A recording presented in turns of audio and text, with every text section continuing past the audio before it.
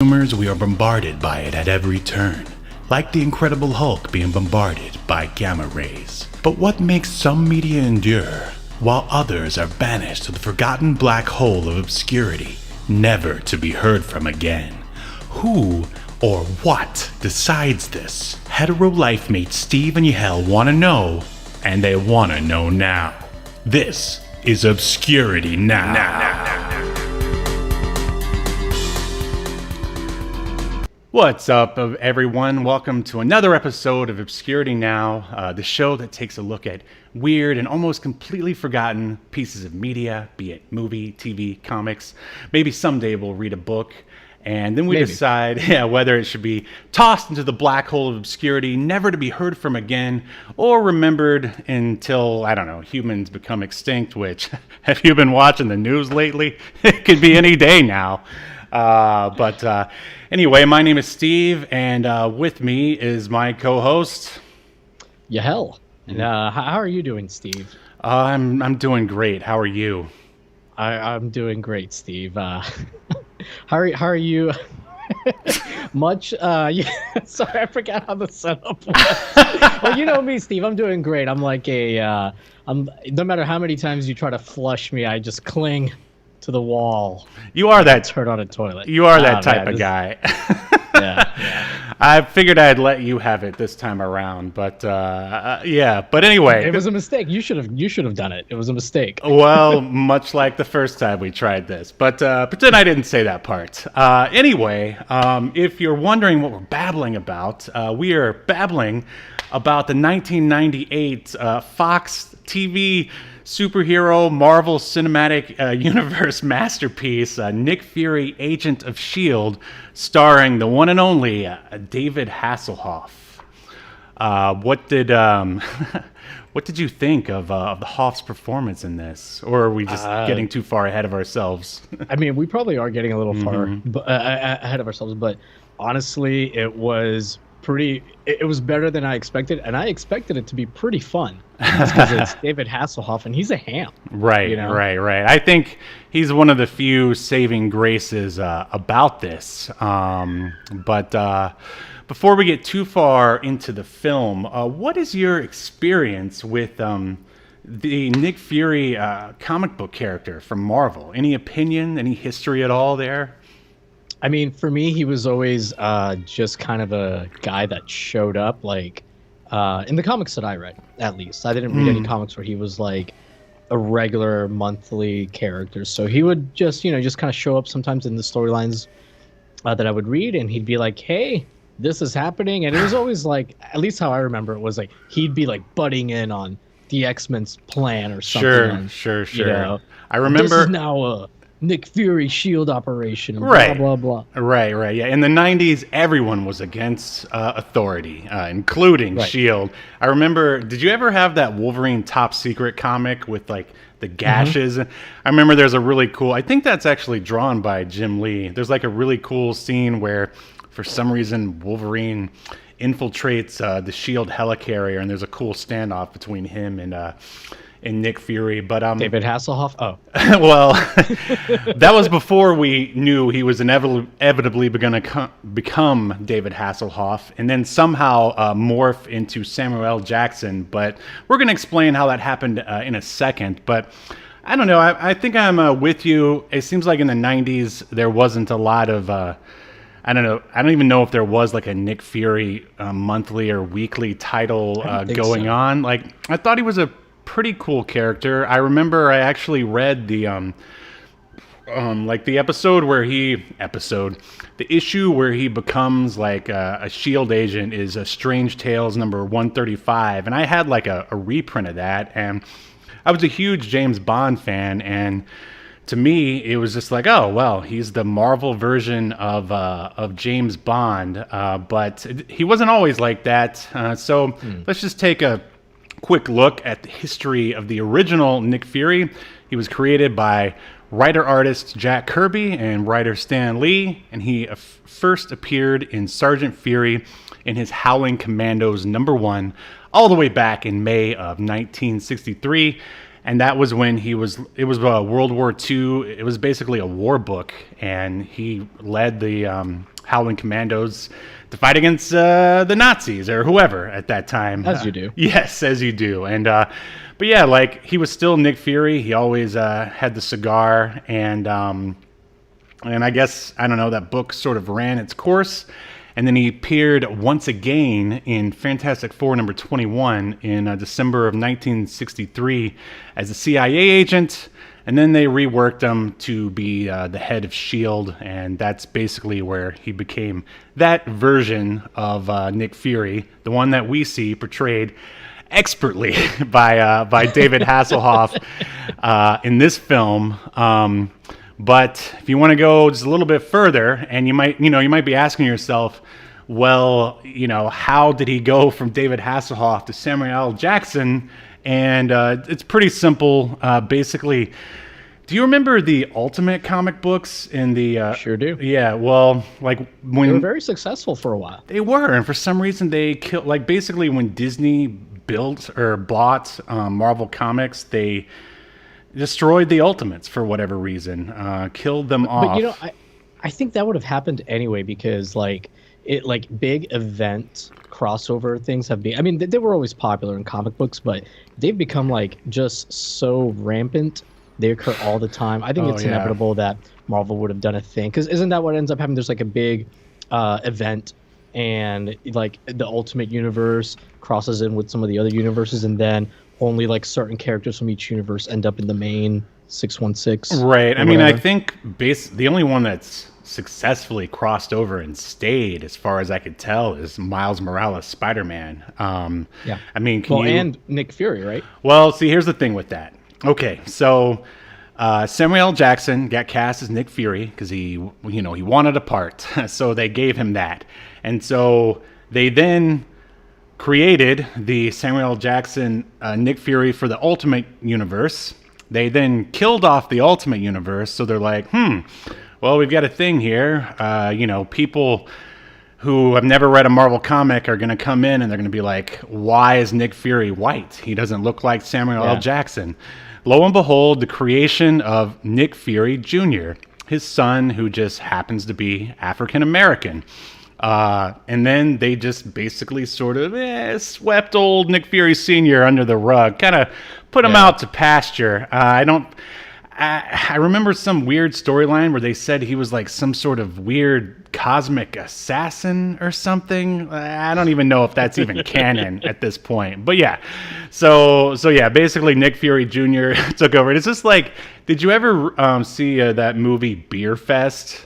It's a really no. It's really dumb. They kill off one of the main characters, and then basically the same actor comes back as that character's brother, and he's like, yeah, I'm his brother, but why don't you just call me Landfill? Because that was his name. It's a dumb joke. He just that's funny. Just wore a hat, so it's you don't need to call me Nick Fury Jr. Just call me Nick Fury, and and then life goes on. So anyway, why don't we jump into the movie, unless you have anything else you'd like to add about the Nick Fury comic book character? No. You ready to go through the cast? Let me hit the bumper, and then we will jump into the movie. Oh, I apologize.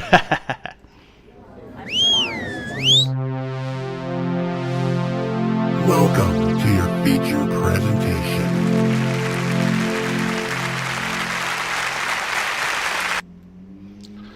All right, there's a great picture of Samuel L. Jackson, Nick Fury, already right off the bat.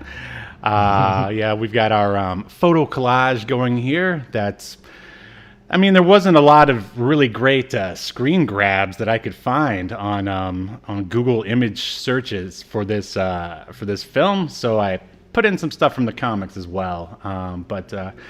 Anyway, let's jump into the IMDb here. As I said, Nick Fury, Agent of S.H.I.E.L.D. was released May 26th, 1998. So you said you've never seen this. When it even came out, were you aware of it? Nope. I heard about it maybe mid-2000s, and I don't even know how I became aware of it.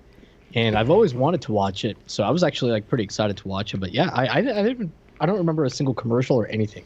Well, I know I watched it, and I remember he even came on Conan to promote it, and he was all in on this. And I don't know if you read on the IMDb, but this is actually considered a backdoor pilot, just like Generation X was, for a possible show. But as you'll see, it just it didn't turn into that.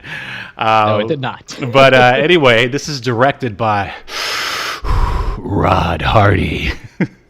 So is Rod Hardy yet another card-carrying member of the Porn Directors Union, as we continue to see? Or is he the long-lost brother of the Hardy boys? Oh, man. Or both?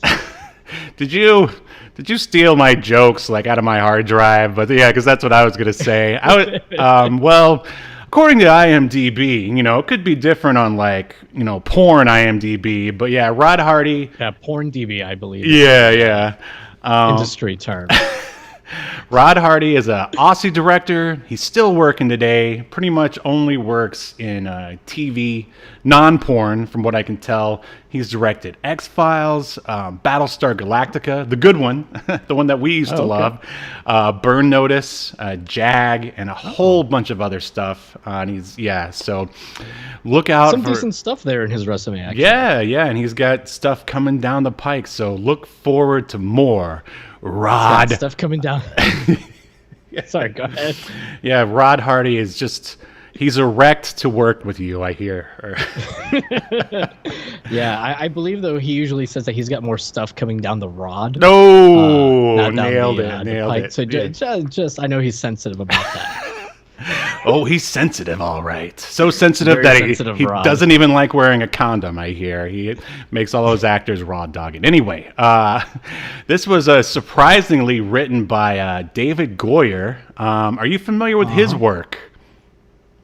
No, I know the name, but didn't he do something on Christopher Nolan's Batman trilogy? Oh yeah, I mean, arguably you could say that David Goyer is kind of like the founding father of, I don't know, popular cinematic superhero stuff. But I wanted to make sure I got some of his less popular stuff on here. Apparently he wrote Kickboxer 2, so he can put that on his gravestone. But Sure. But in addition to that, he did the Blade trilogy, which he also directed Blade 3, which is awful. Anyone remember that one? Is that the one with Triple H? Yes, it's so bad. And notice there was never another Blade movie after that. Yeah. And he also wrote Batman Begins, The Dark Knight, Ghost Rider, Spirit of Vengeance, Man of Steel, Batman v Superman. But I kind of feel like, unless I'm mistaken, I don't know, his sort of tone or style has kind of maybe seen its better days, but I'm sure he'll. Yeah, this dude is all over the place with his writing, what he's written. I don't know, to go from writing, I also saw that he had written Dark City, which I love. Oh, it's Dark a great City. movie, absolutely. But to go, it's hard to believe that that's the same guy that wrote Kickboxer 2 and that also wrote Nick Fury. Well, Agent of S.H.I.E.L.D. But hey, I thought the script was one of the stronger things with this, but we'll get there. This was executive produced by Stan Lee and A.V. Arad, because they executive produced all the Marvel stuff for Fox back in the day, and the production companies were. This is a great one. Fury Productions Limited Partnership. Yeah. National Studios Incorporated, 20th Century Fox Television, and Marvel Enterprises. And would you like to take the cast? Sure. So, of course, we have the star of the show, David Hasselhoff. I mean, of course, he's been in a million things. I almost said Kit. Knight Rider, Baywatch Nights. If you're an adult into the sizzle, We need to review that. I think we do. And obviously you've got his music career, especially if you're German. You know what we're talking about. Da.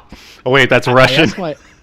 I asked my girlfriend, who's 10 years younger than me, almost 11 years younger than me, if she knew who David Hasselhoff was, because she usually doesn't know who these people are. She goes, "Oh yeah, I know who he is." I was like, "Oh, well, what do you know him from? Knight Rider, Baywatch." And she goes, "From the SpongeBob movie." Oh, that's right. I forgot he was in that. Well, I would say that his last, like most, like significant work was. Are you familiar with Kung Fury? Yeah. Did you see the music video that he? Yes. Oh, that was so good. And he really has an amazing voice. If you haven't heard David Hasselhoff sing, you should go check it out on YouTube right now. Yeah. You're wasting your ears if you have not heard this man belt out a tune. Right. And you're wasting your eyes if you haven't seen any of his videos, because his videos are, I don't know if I'd say they're good, but they're always entertaining. Well, the Kung Fury one certainly is. And don't they call him Kung Fury a couple times in this movie, coincidentally? Did they? Some of the German people call him Kung Fury.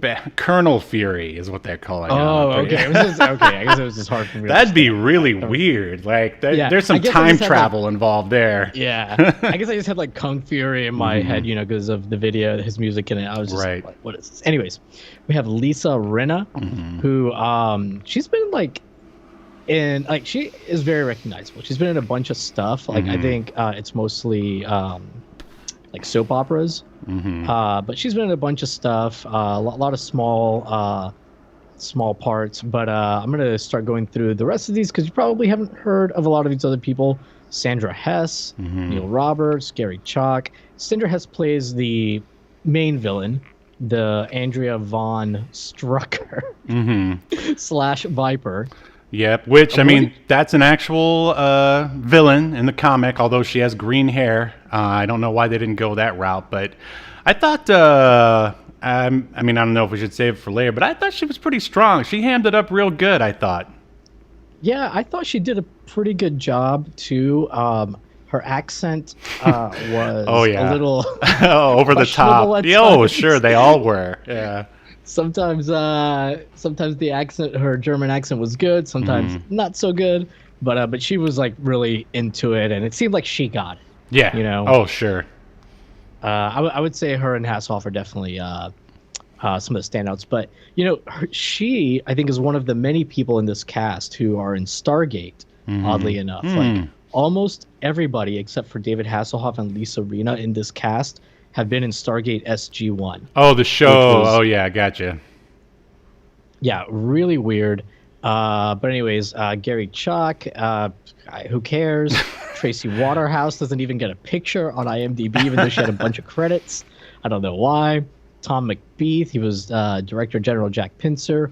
Ron Canada, who I know you're a big fan of his name. What are you talking about, But Ron Canada, he is a guy who has been in Babylon 5. But more importantly, Steve, he was in not one episode of Star Trek, not two, but three, across 3 different series, 3 different characters. Wow.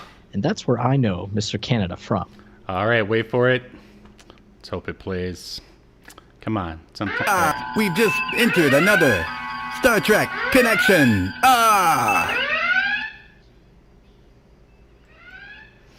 Yeah, I think, didn't we talk about Ron? He's been in tons of stuff, though. We talked about Ron Canada before, haven't we?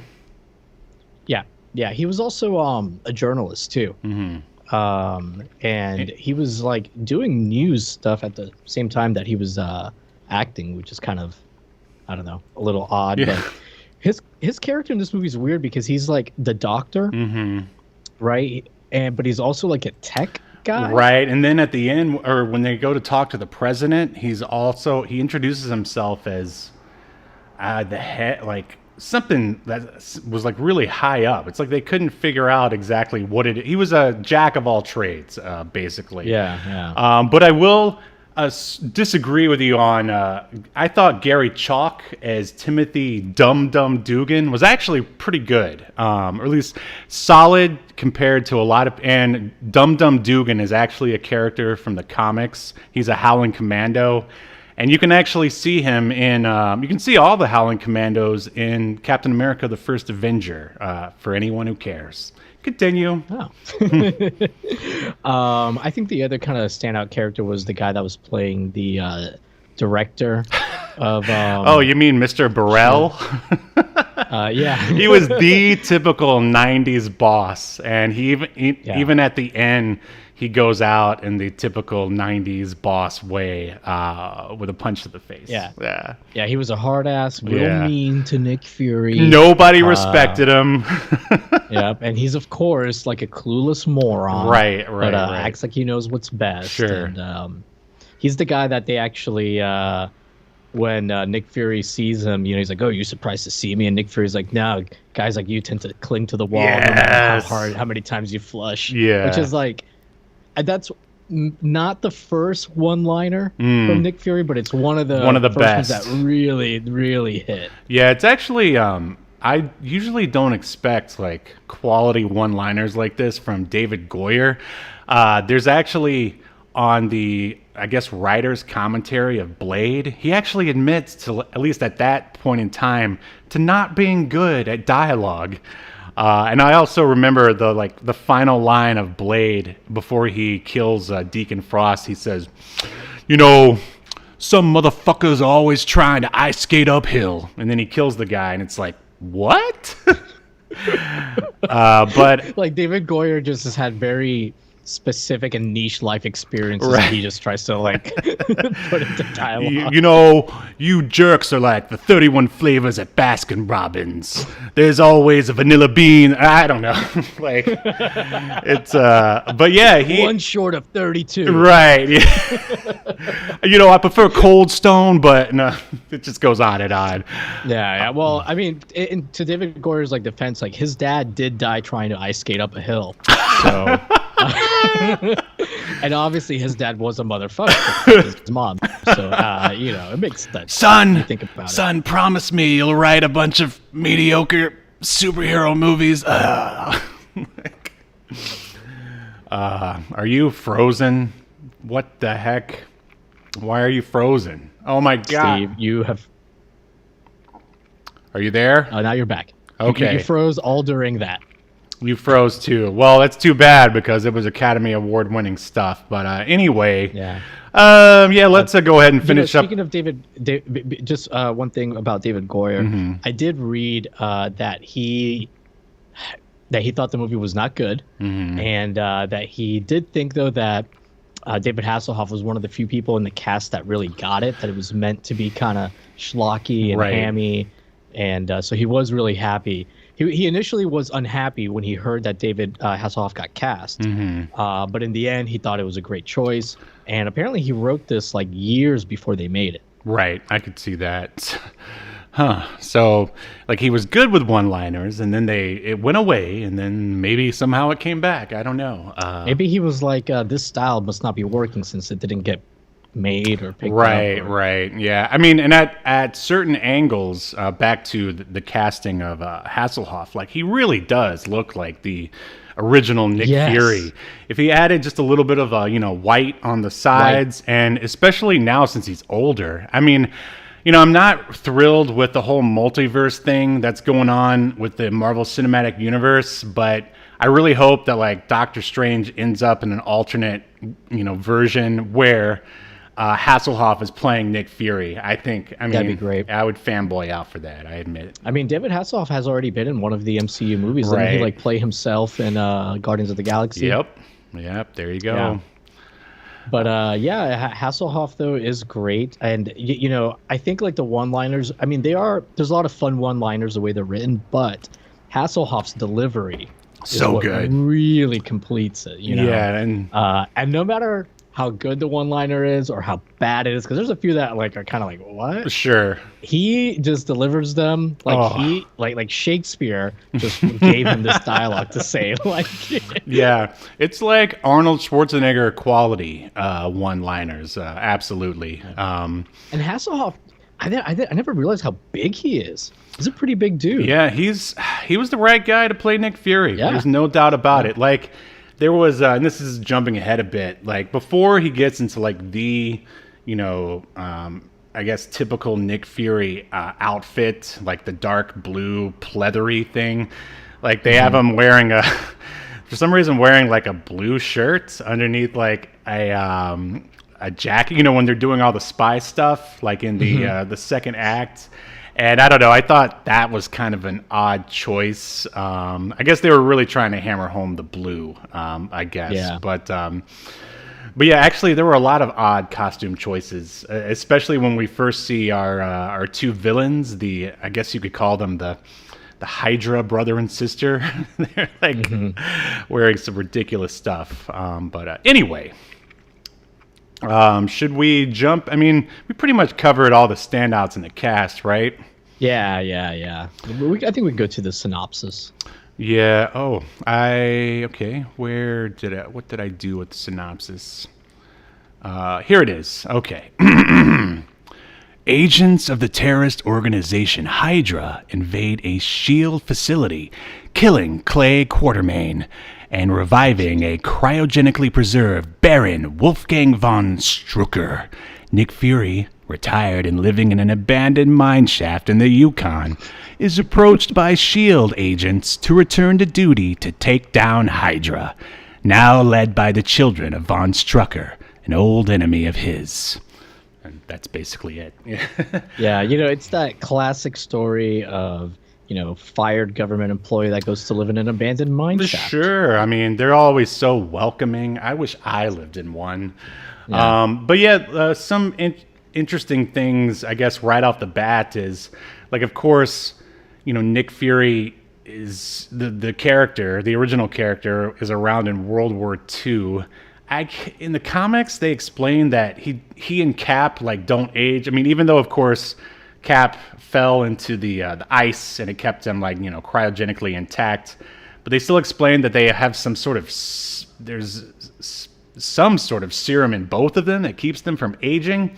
Obviously, they didn't want to deal with any of that stuff, so they made Nick Fury here, I guess, a relic of the Cold War, and it actually leads to a pretty good line when they're I guess we should jump into the sort of series of events here real quick. So basically they ask Nick to come back to SHIELD HQ, the British agent. I just call him Agent Brit. But what I love is that Nick Fury automatically attacks him before getting any kind of info from him or anything. Right. Yeah, but I mean, because that's what you do, and right? The guy is such a wide-eyed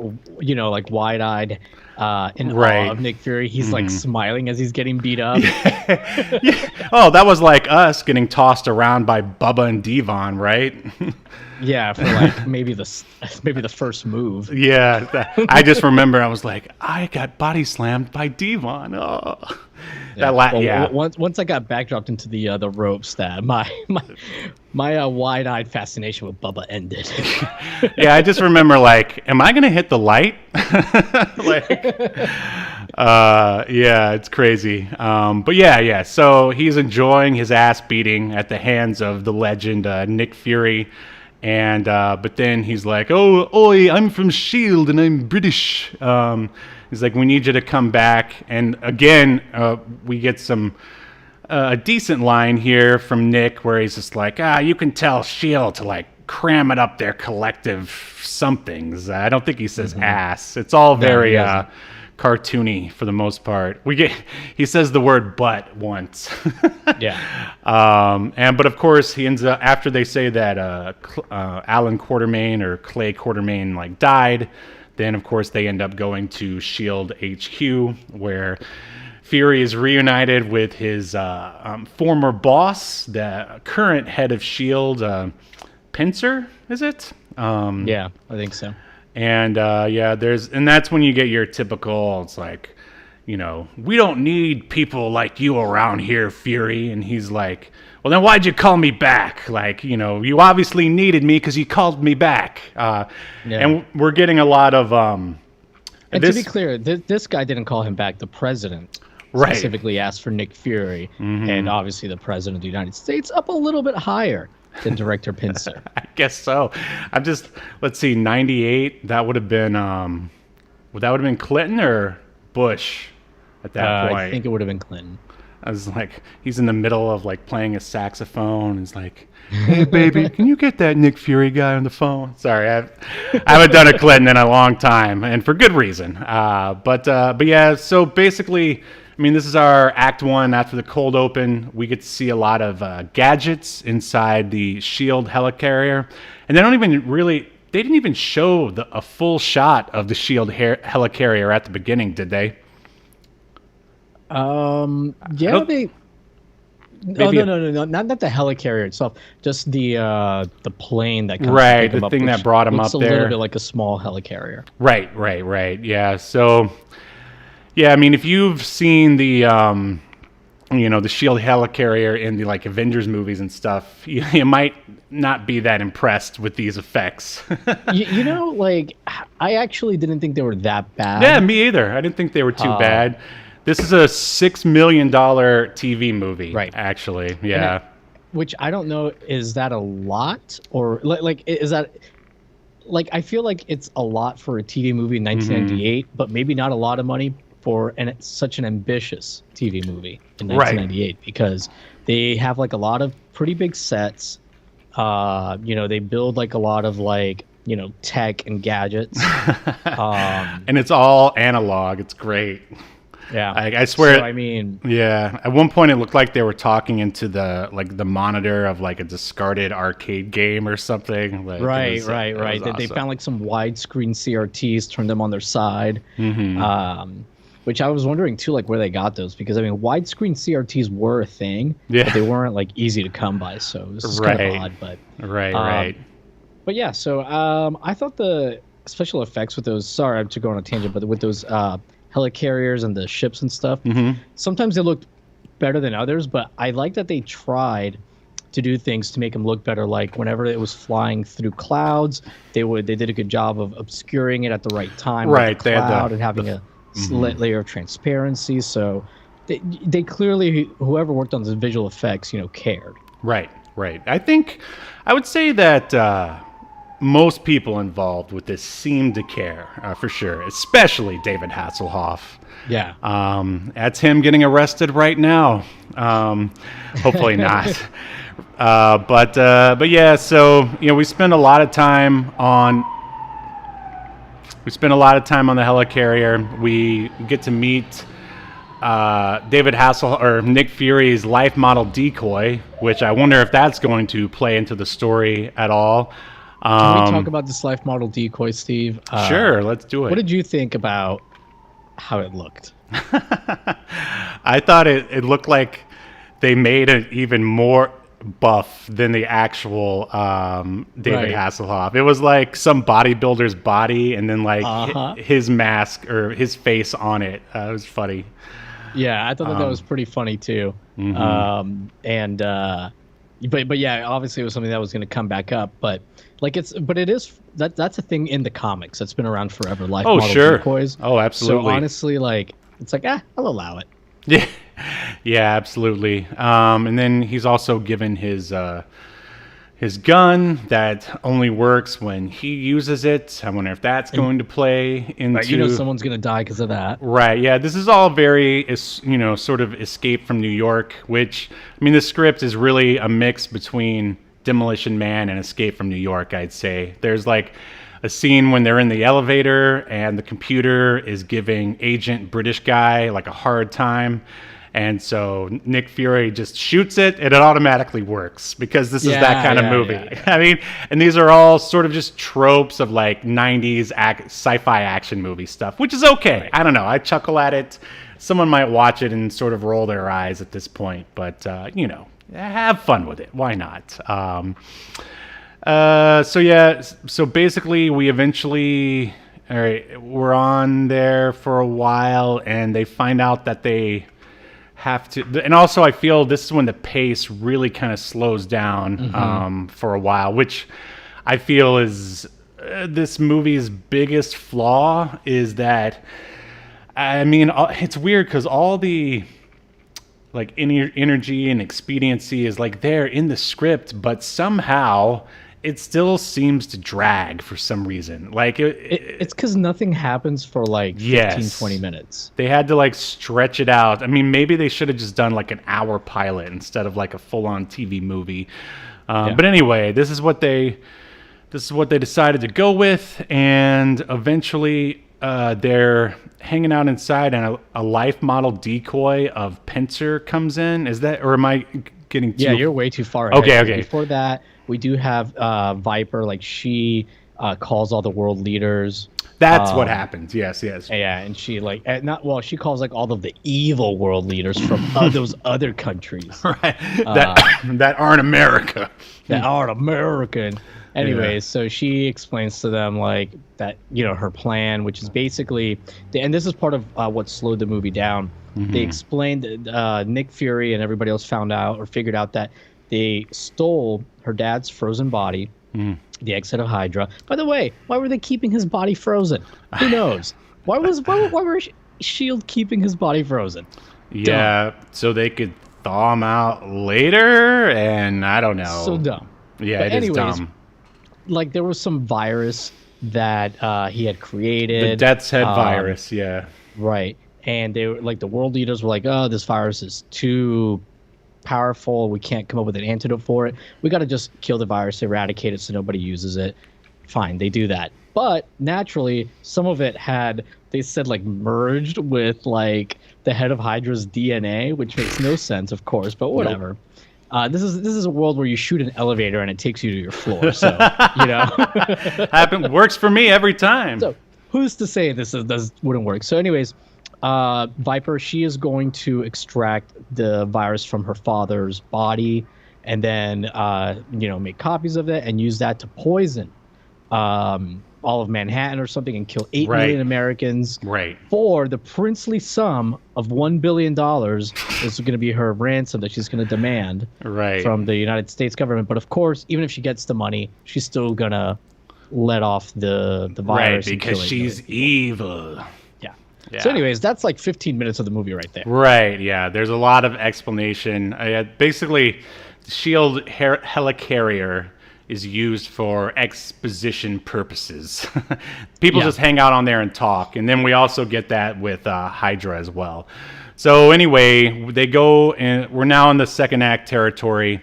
Nick goes on a little spy adventure with the psychic agent, and Agent Britt. Oh, yeah. We forgot that there's a psychic agent who's there mostly for comedic relief, oddly enough. But she's pretty boring, though, as an actress, at least. Well, basically, her quote-unquote comedic relief consists of somebody saying something and her going, I know you really care about X, and you don't have to be a psychic to tell. Right. Oh, God, it was so bad. I mean, I enjoy cliche, but, like, that was just, I don't know. Yeah. It wasn't funny in the slightest. But anyway, so they go to, it's Viper in disguise. She is supposed to be an Interpol agent that has information about something. They meet up with her, and then they go, and finally we get some action. They start getting shot at, and they run into this tunnel and go through this holographic wall that I guess it's a SHIELD safe house or something, which that would happen in the comic at least. But then the Interpol agent is like, Nick, come and follow me over here, and he's like, well, what do you want? It's like, I want to make out right now, and he's like, we don't have time for this. And then basically, it's Viper, and she ends up kissing him and giving him the Death's Head virus, basically. No. She gives him a different virus. It's because remember, like later on, Ron Canada says that it's extracted from some frog that makes like the most lethal toxin. Right, but I mean, I thought you said that it merged with her. Like, does she have the ability to give people different poisons? Well, Ron Canada also says that she must have an immunity to it, and we can extract it from her. Actually, he says that this might have even been made in part with her like DNA, and we can use her blood to cure you. Whew, but, so convoluted. But yes, she gives him some kind of a poison. And yeah, and this is very. I do think we should point out why they were going to that safe house, which is that there's a scientist there that used to work for Hydra that, Shield has. Oh yes, of course, Zola, who was a big player in the MCU, especially in the Captain America world. I think the last movie he was in was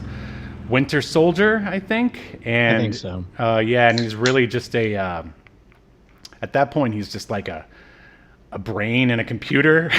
And here you just get a Mr. Burns-looking old man breathing out of a ventilator, which is equally horrifying. And Viper wants to kidnap him back. Well, or I guess in her view, probably liberate him. But because she's going to need him to synthesize the virus that's in her dad, make copies, and then use that to poison right the Americans. The agent psychic tries to read his mind, and what's in there but World War II stock footage. Which I thought you don't need to be a psychic to know that. Right, of course. He's an old Nazi. Of course there's World War II footage in there. Exactly. By the way, they do. There's a lot of tropes in this movie. Like she kisses him, and the point of poisoning him is to kill Nick Fury. And it's weird because it kind of takes effect right away. Or she shocks him first. She could just stab him or shoot him right then and there. But instead she kisses him with this poison that's going to take, we find out in a scene or two later, 48 hours to kill him. And it's not like he's going to be tortured for these 48 hours and that's why she's not killing him now, because she wants him to be in horrible pain for 2 days. No. He's just going to have a mild fever for a day, and then it's at the very end of those 48 hours that he'd lose motor skills or whatever. Yeah, see, I was thinking about that, and I wonder if they chose to go with that just so they could make things a little bit harder for Nick Fury, because otherwise he could punch and take out people no problem, because he's a super spy, that's his thing. But if we see him struggling to do stuff, maybe we can relate to him a little bit more. Maybe I'm just reading too far into it. But he doesn't really struggle too much throughout the movie. So. Not to the end. He does seem to struggle pretty hard at the end. Yeah, a little bit, yeah. But sorry, I interrupted you. Yes, so she poisons him, and then... and then they grab Zola and disappear into the night, more or less. Hydra has Zola. Yeah, and then they go back to the SHIELD helicarrier, and of course, old man Pincer is just, "Oh, Fury, how could you let him go? It's all his fault." Right. it's all you did this, you got poisoned on purpose. Right.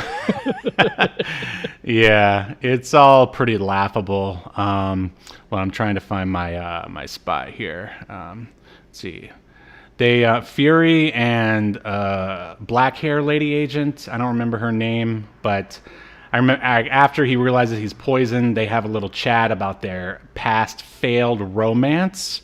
And that is one thing I can say about, again, the script, is that they did give Fury a slight character arc, which I give them props to. And it's basically him just realizing at the end that maybe I do love this sexy agent woman. It just took me a while to figure it. It took me getting poisoned to figure it out, but that's jumping too far ahead. And then this is the scene where the life model decoy of Pincer comes in, and this is good. This is so pulpy and over the top, and it doesn't make any sense. Okay, because this life model decoy comes in, Nick Fury aims his gun at Pincer. Everybody ducks. Pincer. Yeah, real Pincer ducks, and then I think we should. Well, sorry, Steve, but we should set the scene. This model decoy comes in. He's in an elevator with a bunch of other people that work at SHIELD, including the real Pincer. Right. and this is a decoy of Pincer. Right. And it's so stupid because so he tries to shoot it, the bullets just bounce off of him. Its mouth opens up and it shoots out a holographic projection of Viper. And she tells them that the missiles in Manhattan with, I guess, the poison on it are going to go off unless they pay the $1 billion or whatever it is. And the thing with this is, if you can have a robot just walk right into the SHIELD helicarrier, why not just put a nuke in there and blow the whole thing up? Exactly. It's so stupid. I don't get it either. I mean, and obviously the answer is, okay, well then there'd be no show. Fine, but don't like create these scenarios where you leave the audience asking these kind of questions. Well, it was the 90s, Yahel. Nobody asked these questions. Everyone was dumber back then. I guess. I don't know. I don't maybe. know. There weren't any super nerds like there are now. People didn't know you could just take horse paste for everything back then. You know, people were just dumb. That's a timely reference. Yeah. But yeah. So then the robot does blow up, doesn't it? It just sort of self-destructs. He like has a very, what I would call, a mild explosion. Like parts of him kind of go, but they're like little tiny explosions. Then he just kind of like catches on fire in a very controlled manner and kind of disintegrates. Yeah, that except way, for his motherboard, apparently. He was just there to deliver the message, not to hurt anyone or destroy the SHIELD helicarrier in any way. And then very considerate of Viper. We're treated to another somewhat hilarious sort of one-liner where Pincer goes, "How did you know which one to shoot?" And Nick Fury's like, "I didn't." And then Ron Canada sticks his head out and goes, "Oh." Yeah. He does a lot of that, it seems like. So, by the way, Steve, the lady that's like Nick Fury's love interest, I gotta read you her name because it's really long and I had written it down. Contessa Valentina Val de Allegro Fontaine. Wow. I don't remember her from the comics, but good for her. That's quite a name.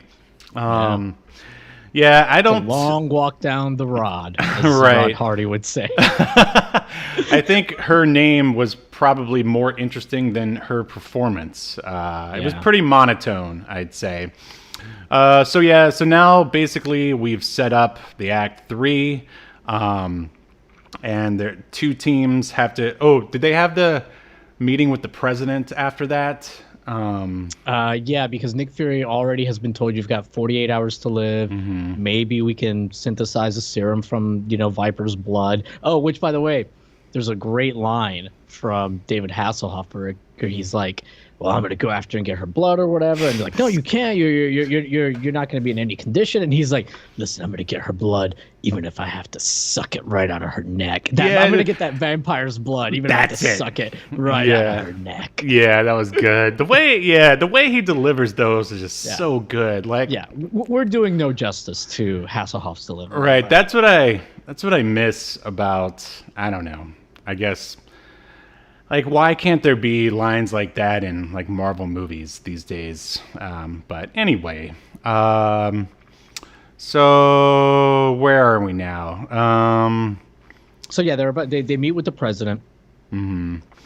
Of course, like the Pincer, he just wants to bomb everything. But Fury's like, no, we need two teams.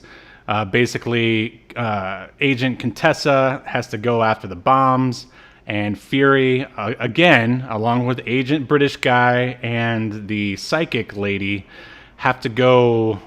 Where exactly do they have to go again?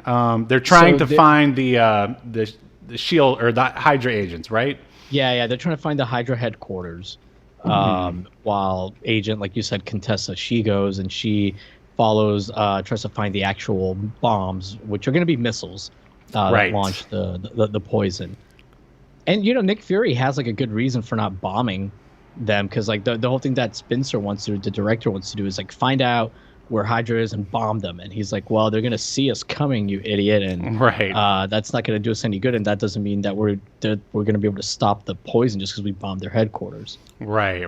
So basically, he embarrasses Spencer in front of the president. And then he goes, if anyone has any new ideas, you run them past me first. Like, Yeah. and all right, so yeah, Contessa goes after the missiles. Fury and his team, they infiltrate what they believe to be the Hydra hideout. And I remember there's supposed to be lasers that look pretty bad. They look honestly the worst visual effects in the whole thing. Yeah, I mean, I remember like fake lasers looking better in I don't know, like Mission Impossible episodes or something. But anyway, Shockingly bad. yeah, it was. And there's kind of a funny scene. I like this because it's actually a play on the old trope of they're like, oh look, there's one of the guards, and I think it's so weird that all the Hydra guards have like a blackout mask on. Like, Right. I don't know. I think that's like they're like, well, what can we get cheap? And it doesn't. I mean, it's sort of what they kind of look like in the comic, I guess, but done in the cheapest way possible. Yeah, there's a lot of extras in this movie, especially on the helicarrier. So I assume that like they did it that way because they were probably reusing some of those same people. Sure, the same stuntmen over and over again. Yeah. Well, anyway, in a change of character, which kind of comes out of nowhere, I guess he wanted to impress Fury or something. Agent British guy is like, "Oh, I was the best at in class when it came to like I don't know." It was like espionage or he said, like, infiltration, silent killing. Yeah, something like that. He said he was head of his class in silent killing. And this actually feels like one of those scenes that maybe kind of was filler because we have to wait for him to forever to sneak up on this guy, this lone guard. And when he finally does, he tries to give him the old James Bond like judo chop or Spock, whatever, to the back, to the back of the neck, and it does absolutely nothing to him. And then, so the guard starts beating up Agent British guy, and then Nick Fury comes over and he tries to do it too, and it doesn't work for him either. So he does just it with a gun. So he just shoots him. He goes, "Sorry, pal." After he shoots him, he goes, "Sorry." Yeah, and I don't think the real Nick Fury would apologize, but it's whatever. Steve, I don't think that was a real apology. I mean, right. He was like, "Sorry." So yeah, they eventually get captured. At the same time, like the Contessa and her team, they're checking out some sort of van or something, and they're following what looks like a trash truck. Right, and this is when I can feel, I guess, the TV moviness of it all, because like the additional SHIELD agents just look so bland, and there's only like a couple of them. It's not like impressive looking at all. You know what I mean? I guess in a cinematic sense, and I guess the whole thing's done in 4:3 anyway. And old Rod Harding, I mean, I imagine he's just kind of a we got to get this job done, and there's not a lot of cinematography, is what I'm trying to say, in the whole film, but especially here, yeah. So they discover the missiles. There's a bit of action. Fury and his team, they end up getting captured and put in an ice box. Of course, why not just shoot him? You put him in an ice box. In some ways, I can see why, the action movie kind of died because they just used the same tropes over and over again. Yeah. And then along comes Austin Powers and makes fun of them all, and everyone's like, "Hey, those movies are stupid. We don't want them anymore." But you're just supposed to write a better movie anyway. And tell me if this makes sense or not. All right, so they're trying to figure out how to get out of this ice box, and they've already completely patted down Fury and his team. He had something hiding behind his eye patch or whatever, and she even got that. The Viper got that, but for some reason, beneath his eye that he always has closed, you imagine, because it was damaged in the war. That's how Fury actually lost his eye. It wasn't scratched out by a cat. That's bullshit. There's a fake eye beneath the damaged eye. Yeah, it was weird. He was hiding an eye behind his eye. Yeah, The yeah, eye yeah. patch. I guess like you said, like maybe he just kept his eyelids closed somehow. And Right. But yeah, he pulls out a fake eye that he never uses for whatever reason, and it's basically just an explosive, and uses it to blow up the door. I did think it was funny though that like while they were in the ice box, Nick Fury's like, she's so stupid. Before she put me in here, I had a high fever, but now I feel normal. Yeah, I know. I thought that was like, who thought of that? Like, we don't the need other to. two, so British guy and psychic lady, they're like freezing to death, but like Nick Fury now can think normally and like he's feeling great. So I'm gonna take out my fake eye, which is also an explosive, and use it to blow open the door. Which that's What would have been a good thing to blow up the bad guys with before they captured him and put him in here. Sure. I mean, I don't know. I think it would have been more impressive if he used his like spy prowess to like lockpick open the door or something. But I don't know. Whatever. We got a fake exploding eye. I mean, this is again, this is a movie where if you shoot your elevator, it takes you to the floor you want to go to. So it's okay. Anyway. The movie was very clear up front that the rules of reality were not going to be followed. Right, absolutely. Anyway, they make their way to Viper. He takes out some, they take out a lot of random SHIELD agents along the way. They handcuff her to this. All right, there's like I guess it's an escape pod in the middle. Or first, there's her frozen father in the room, and then there's also like an escape pod. He handcuffs her to something, and then they get Lady Psychic, Agent Psychic to try Steve, to. though, you skipped a pretty big part about the life model decoy. Oh yeah, how could I forget that? Yeah. He uses the life model decoy to stop Viper, basically. And here's the thing: when did the life model decoy and the real Nick Fury switch places? Because they escape the cell that they were in, right, with the eye explosion, and then they're like going down some stairs, and Nick Fury is like exhausted, and he's like falls down, and he tells British guy and not emo, but ESP lady, psychic lady, like, hey, you guys need to go on without me. That's an order, blah, blah, blah. They don't want to leave him. And he stays there and he kind of passes out. But then next thing we see is Nick Fury bursts in like a scene or two later into where Viper is, and they start fighting. Right. And, she ends up shooting Nick Fury, but it turns out that like it's a life model decoy. The camera kind of pans back, and Nick Fury's like behind her. Oh, I'm here, actually. That was just my decoy. It would have been so lame if they just had him eating an apple or something. I don't know. Right. And then like he takes her down, and that's when he handcuffs her. But like, so at some point, even though he was about to die, seemingly, from the poison, he got up, like got the life model decoy, told it like what to do and where to go, and then he followed me. Like, I don't know, man. And I remember, like, when they're in the the transport vehicle from SHIELD helicarrier, there's only room for like 3 of them, and you don't see the life model decoy in there anywhere. Well, actually, I was okay with that because they did explain that the life model decoy, when they introduce it, that you can like make it compact for traveling. You can like break it down. Did you forget that bit, Steven? I guess. Expert writing. I guess Maybe you're not ready to work in this town.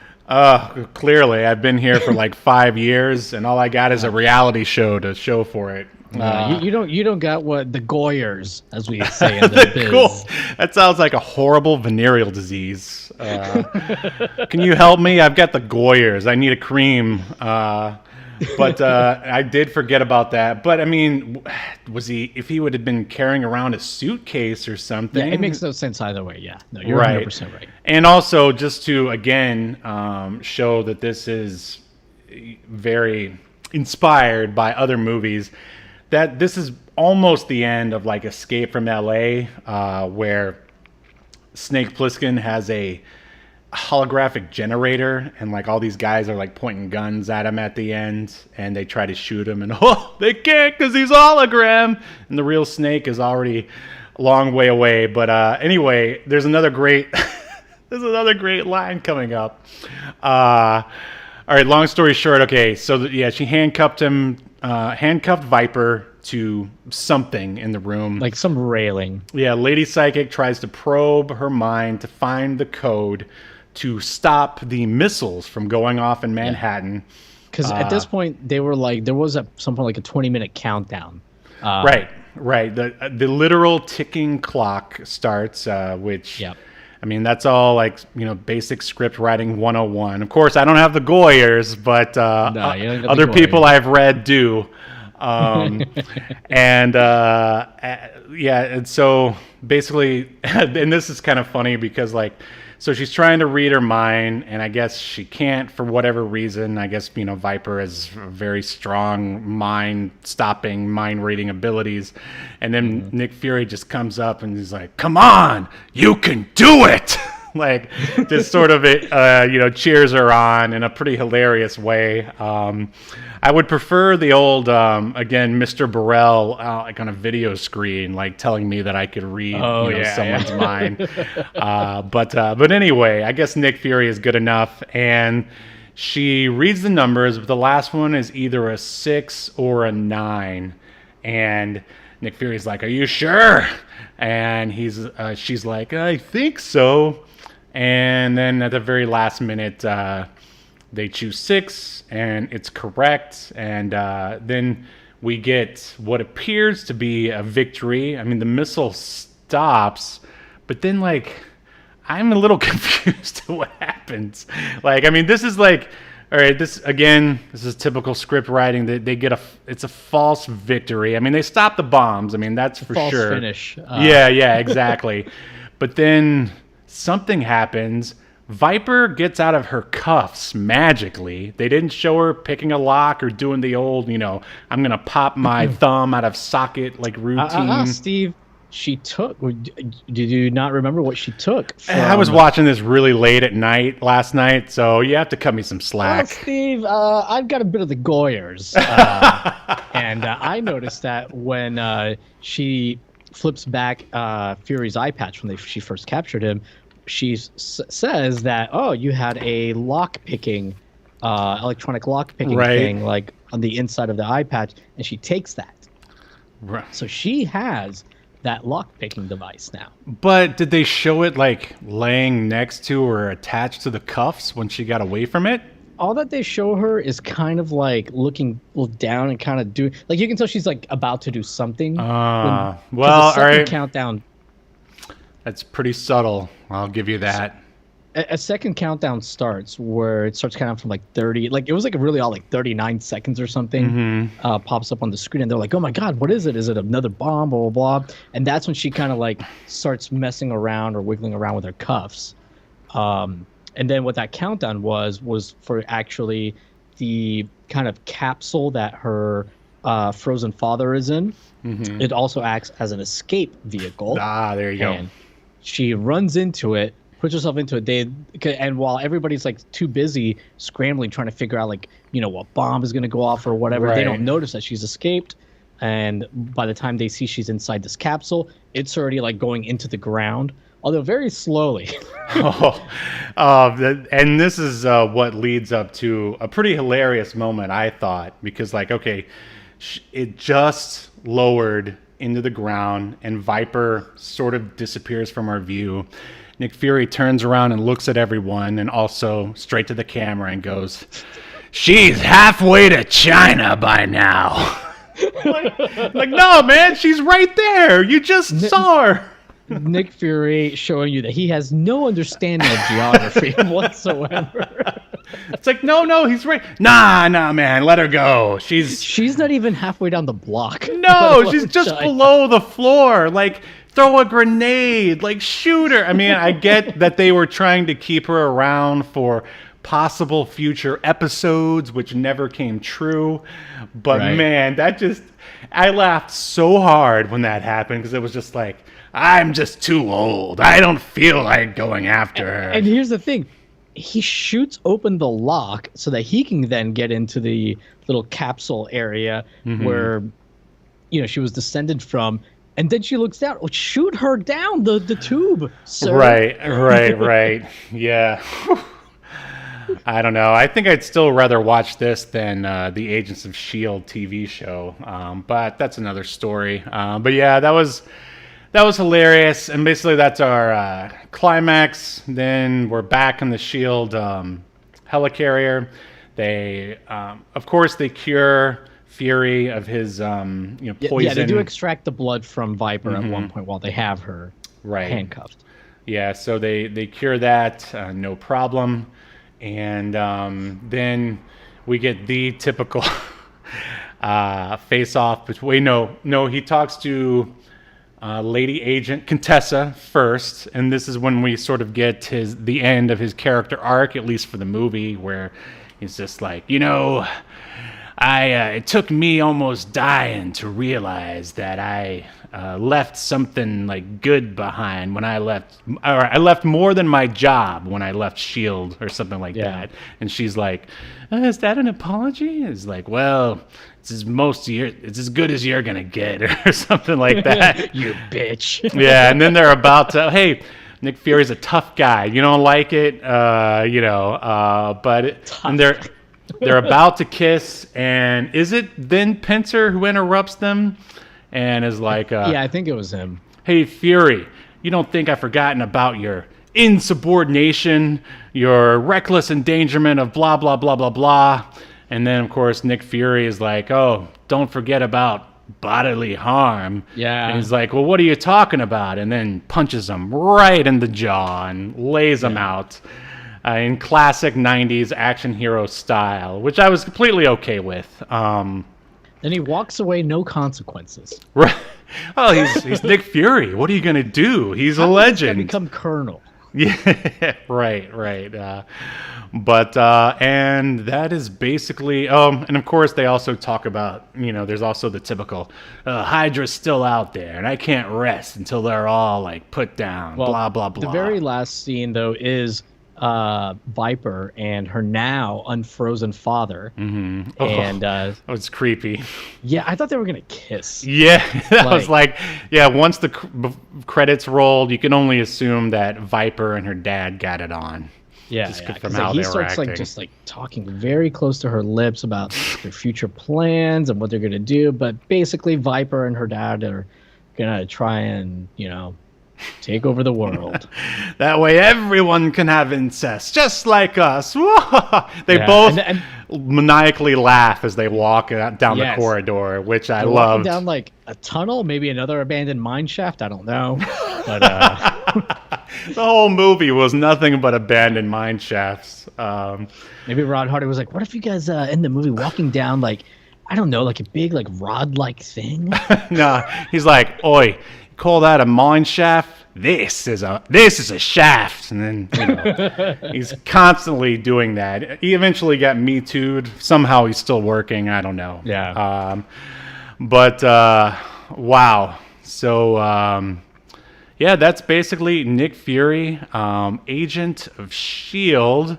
90 minutes long. I will say though, after the first, because you and I kind of alluded to how like it kind of slows down a little bit in the second act. Once like those 15 minutes or so, and it may not even be 15 minutes, it just felt maybe like that. But once like that kind of like segment has happened, the pace picks up pretty damn well, I feel. Yes, it does. And, yeah. So even though it's 90 minutes after that little section, I felt like it went by pretty fast. Yeah, absolutely. What else? Hold on, I've got some other like brief notes here. Let me just make sure that we haven't already covered them. I feel, I don't know, it's weird. It's hard to feel, it's like we shouldn't feel bad for David Hasselhoff because, I mean, I'm sure, Knight Rider and Baywatch made him a very rich man, not to mention his... Baywatch, he was still doing Baywatch when this came out, so that's the thing I don't get. I thought it had come to an end at that point. No, close so Baywatch went on to the year 2000. Wow. And obviously this was released in 1998. Now, I do know that from what I remember, like towards the end of Baywatch, like he wasn't necessarily like in every episode, but he was like part of the production team. He was like an exec producer or something like that on Baywatch. And I believe Baywatch Nights is what he was like mostly doing at the time, and that's why he wasn't like on the regular Baywatch show quite as often. Right. So yeah, I don't really understand like when he was gonna have time for this.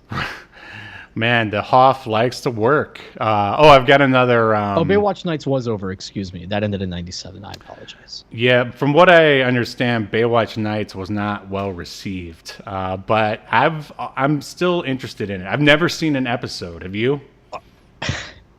Yeah, I've seen more than one episode. Oh, is this another guilty pleasure of one Yahel Velasquez? Maybe just a pleasure. He went from Baywatch Nights to The Rock of Love with Bret Michaels, and then Steve, Flava Flav, and listen, I call it the syndication seduction. You start off with a little renegade with Lorenzo little Highlander, the series, Highlander, yeah. And then you have a nightcap called Baywatch Nights. Oh man! Well, here's another because I tried to write down all the lines that I thought were pretty entertaining, and I've got another one here from Mr. Fury. Said to Viper, he says, "I danced on your poisonous father's grave. I'll dance on yours too, sweetness." And then there's another one, and I thought this was actually a pretty good moment when he was in the transport vehicle from the helicarrier with Agent British Guy and Agent Psychic.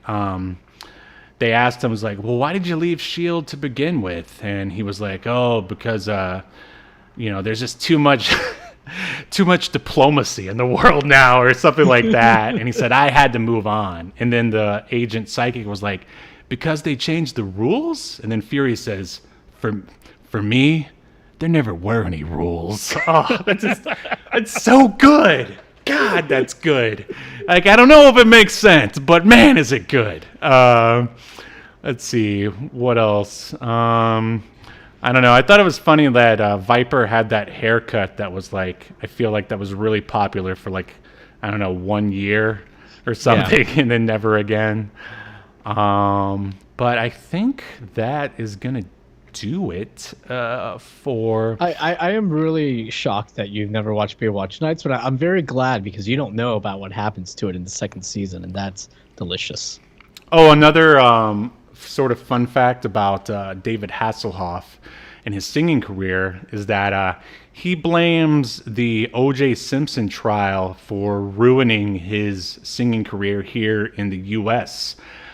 Because he was set to debut, I guess, on the same day that everyone was watching O.J. Simpson in his white Bronco, drive.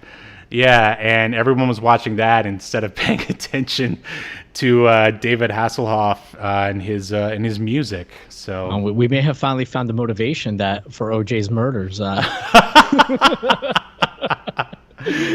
No way am I gonna let Hasselhoff horn in on my celebrity. Like, wow, that's twisted stuff. I know one thing I wanted to ask you. Compare this movie to Generation X.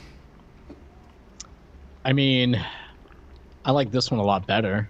I just thought like it flowed better. There was more chemistry between the actors, especially like between Hasselhoff and the British guy. I want to say his name was Pierce, but I'm just thinking of Pierce Brosnan. No, you're right. It was Pierce. So like they were like pretty funny. I thought like actually, ironically enough, Contessa and Hasselhoff had like no chemistry. Oh yeah, they had none at all. You could tell they probably had sex before they were shooting, and it was just awkward for them to work together. They have been in other things together. So, maybe. I don't know. That's probably not true, but just whatever. It's just a rumor I started. Yeah, whatever. But yeah, I mean, I think like this one had much better production values. Yeah, it feels a lot more. I mean, although it's definitely very 90s, it was way more timeless than Generation X was. Yeah. Where Generation X was just trying so hard to be hip and edgy at the same time. And this was just like, hey, this is like, man at a time.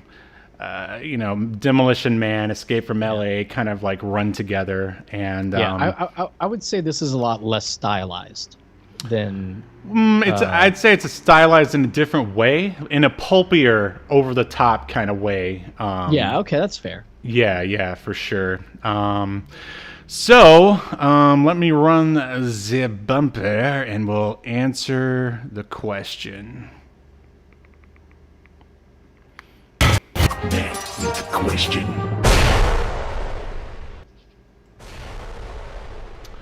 So, Mr. Agent Velasquez, if that's your real name, do you think that Nick Fury, Agent of S.H.I.E.L.D., should be remembered for a bit longer or tossed into the black hole of obscurity, never to be heard from again? I'm going to go with remembered. Even with that lull, still fun.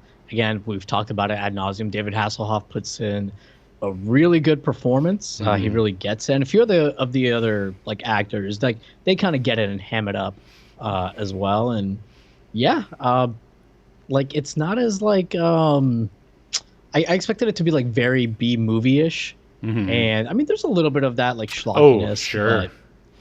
But it's not so. I don't know. It's not as apparent. It's more competently made than I expected. Yeah, there's still like, despite its pulpishness and B-movie-ish, there's still like a soul. Like, there's still decent writing to like back it up, basically. Yeah. And for that, I would say that it should be remembered as well. I think, in a way, Hasselhoff will always be Nick Fury for me. Although I do enjoy Samuel L. Jackson's version, but me too. But I mean, Hasselhoff is the one from the comics, at least the original one. The original. Yeah. All right. In accordance to Obscurity Now, the most important streaming YouTube podcast in all of the internet, you shall be remembered. Yes. Good show. Good show.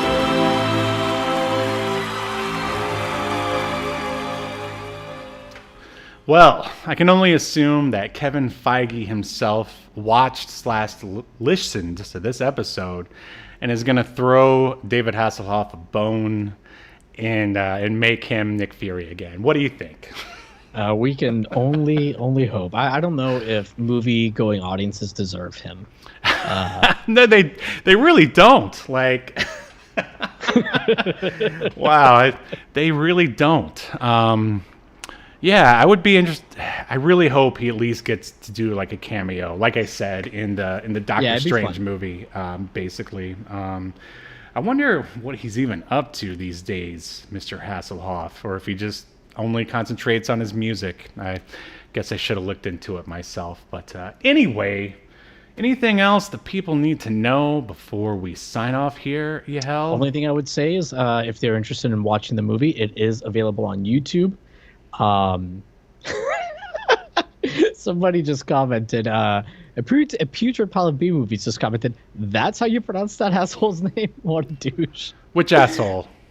Hasselhoff, I assume. Oh, I thought he was talking about you. I'm like, yes, it's Yahel. I mean, no.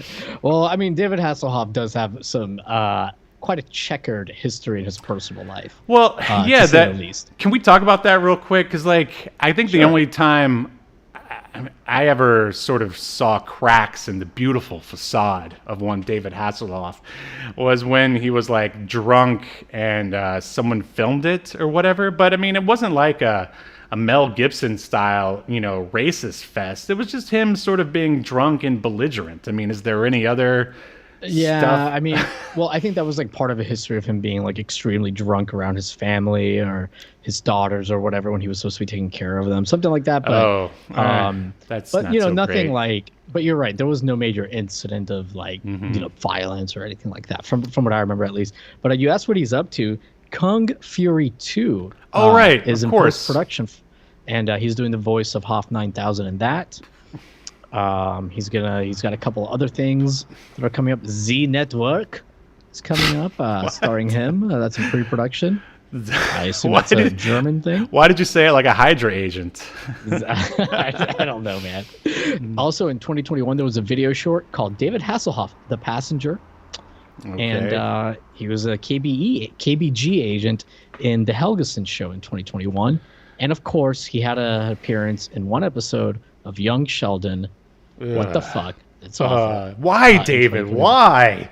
I mean, I approve of money. everything you've done in your entire career except for that. But Yeah.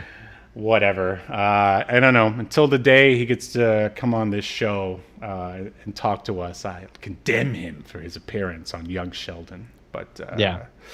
He's dead to me now. anyway, make sure you guys check out Yahel's awesome video on the FBI sign from the arcades. Thanks, Steve. What a roaring endorsement when you can't even remember what it's about. It's about No, the I Winners remember. Don't Use Drugs game. Yeah. Actually, the Winners Don't Use Drugs screen you saw in 90s arcades and how the FBI kind of used it to invade arcades. And I think I didn't mention it, but you can watch this movie. What did we just watch? Nick Fury on YouTube. Somebody uploaded it, and it's there in all its glory. Yeah, it's a good copy, and for whatever reason, they even edited in that the Marvel flapping like logo, like it's actually a part of the Marvel Cinematic Universe or something. In this person's mind, it is. That's another complaint that I forgot to address. Is I thought that the logo for Nick Fury was very underwhelming. It was just like the most boring text possible.